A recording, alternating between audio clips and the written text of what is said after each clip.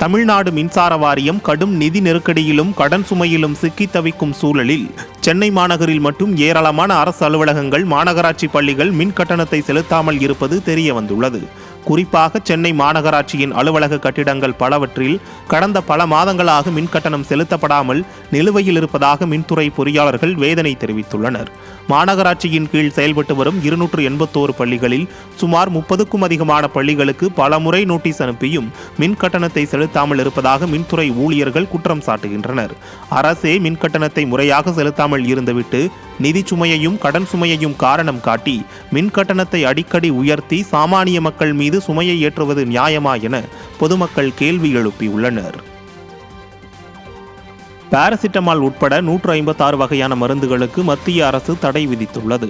முடி வளர்ச்சி, தோல் பராமரிப்பு, வலி நிவாரணி மற்றும் மல்டிவிட்டமின்கள், ஆன்டி பாராசிட்டிக்ஸ், ஆன்டி அலர்ஜி போன்றவற்றிற்கு பயன்படுத்தப்படும் மருந்துகளுக்கு தடை விதிக்கப்பட்டுள்ளது. 156 வகையான மருந்துகள் தடை செய்யப்பட்டதால் முன்னணி மருந்து நிறுவனங்களான ஜிப்லா, டோரன், சன்ஃபார்மா, IBCA லேப்ஸ் மற்றும் லூபின் ஆகியவை பாதிக்கப்பட்டுள்ளதாக கூறப்படுகிறது. மேலும் 156 கபிக்சட் டோஸ் காம்பினேஷன் மருந்தை பயன்படுத்துவதால் மனிதர்களுக்கு ஆபத்து ஏற்படும் எனவும் தெரிவிக்கப்பட்டுள்ளது.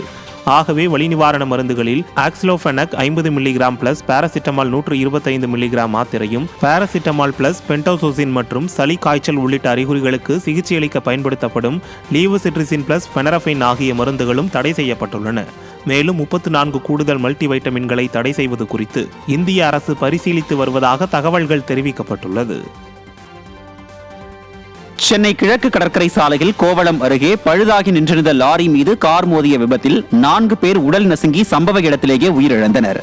புதுச்சேரியில் இருந்து சென்னை நோக்கி அதிவேகமாக வந்த கார் செம்மஞ்சேரி குப்பம் அருகே சாலையில் அமைக்கப்பட்டிருந்த தடுப்பை இடித்து பழுதாகி நின்றிருந்த லாரியின் பின்புறம் வேகமாக மோதியதில் காரில் பயணித்த சென்னை சேப்பாக்கத்தைச் சேர்ந்த ஆதில் அகமது, ராயப்பேட்டையைச் சேர்ந்த அஸ்லூப் அகமது, சுல்தான் மற்றும் கோயம்புத்தூரைச் சேர்ந்த ஆசிக் ஆகிய 4வரும் சம்பவ இடத்திலேயே உயிரிழந்தனர்.